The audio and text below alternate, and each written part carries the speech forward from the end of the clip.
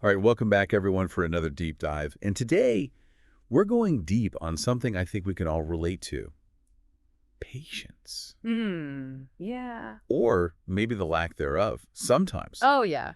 It's Especially when it comes to, those bigger things in life that we're kind of like waiting on and hoping for, right? absolutely. And, we're looking at this through the lens of faith today, hmm waiting patiently on the Lord. Okay.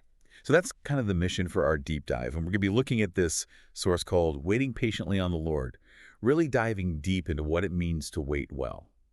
Have you ever felt like you're just stuck, just waiting for something to happen and wondering if you're like doing it wrong? Oh, yeah, totally. All the time. It's such a common human experience. Yeah, for sure. So I want to jump into a quote that kind of sets the stage for this whole thing.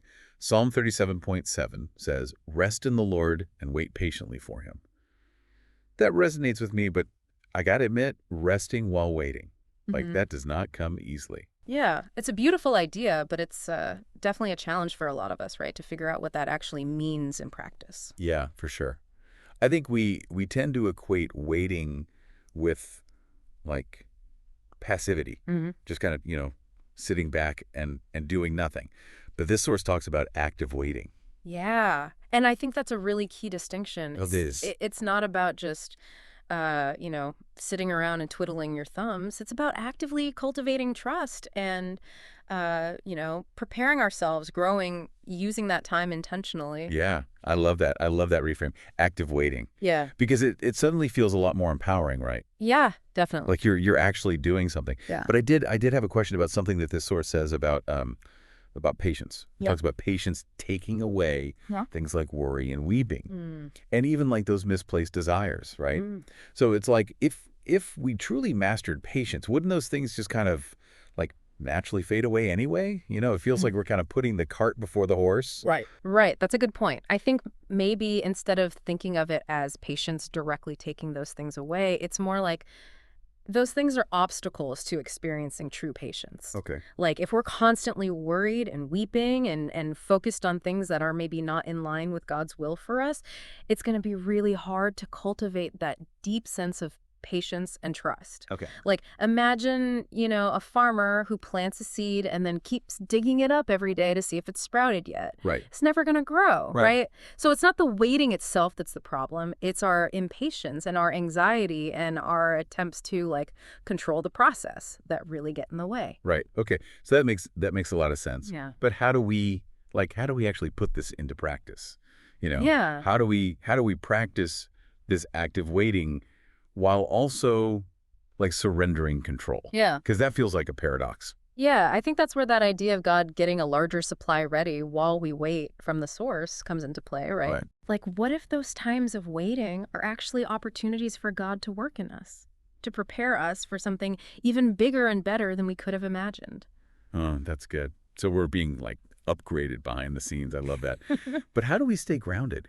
How do we stay like rooted and firm in our faith when everything feels like it's like up in the air? hmm Yeah, the source talks about standing firm on God's steady foundations, and I think it pulls from Daniel 8.1e. So for me, that looks like clinging to my faith. It looks like focusing on the things that I can control, like prayer, and continuing to live out my values, even when things are tough. Yeah.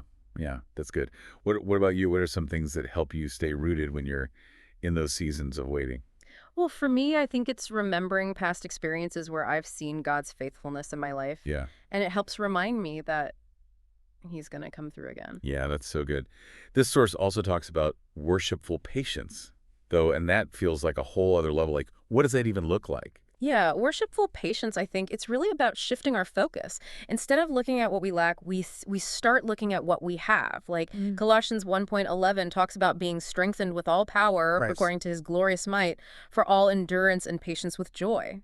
And I think that's what worshipful patience is all about. It's about recognizing that even in the midst of waiting, there's still so much to be grateful for, Right. and that gratitude can actually fuel our patience and our joy. Right. So instead of waiting being this like draining negative experience, it can actually be a source of strength and even joy. Exactly. It's a pretty powerful reframe. It is. And remember, as James 1.4 tells us, patience is a process. Yeah. It needs to be allowed to have its perfect work. We don't become masters of patience overnight. It's a journey. That is such an important reminder.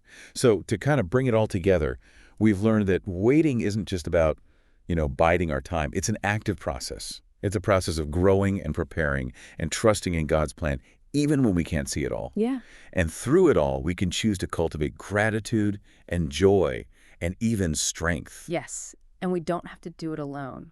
That's so important to remember. As we wrap up this deep dive, I want to leave you with this. What's one area of your life where you need to practice more patient waiting? Mm. And how can you approach that, situation, that season, with a newfound sense of purpose and trust? And maybe even a little bit of joy. That's good. Until next time, keep diving deep. See you next time.